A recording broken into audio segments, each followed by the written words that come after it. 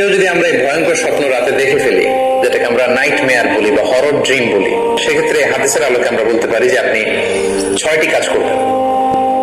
1 নম্বর হচ্ছে আপনি বাম দিকে 3বার থুতু ফেলবেন। 2 নম্বর হচ্ছে 3বার আপনি তাআউজ করবেন, অর্থাৎ আপনি পড়তে পারেন আউযু বিল্লাহি মিনাশ শাইতানির রাজিম।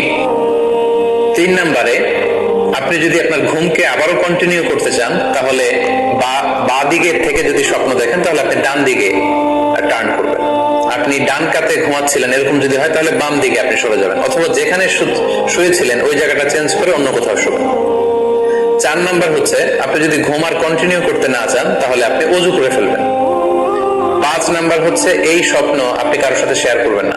6 নম্বর, যদি সুযোগ হয় আপনি কিছু চ্যারিটি করে দিতে পারেন, দান করে দিতে পারেন। কেউ যদি আমরা এই ভয়ঙ্কর স্বপ্ন রাতে দেখে ফেলি, যেটাকে আমরা নাইট মেয়ার বলি বা হরর ড্রিম বলি, সেক্ষেত্রে হাদিসের আলোকে আমরা বলতে পারি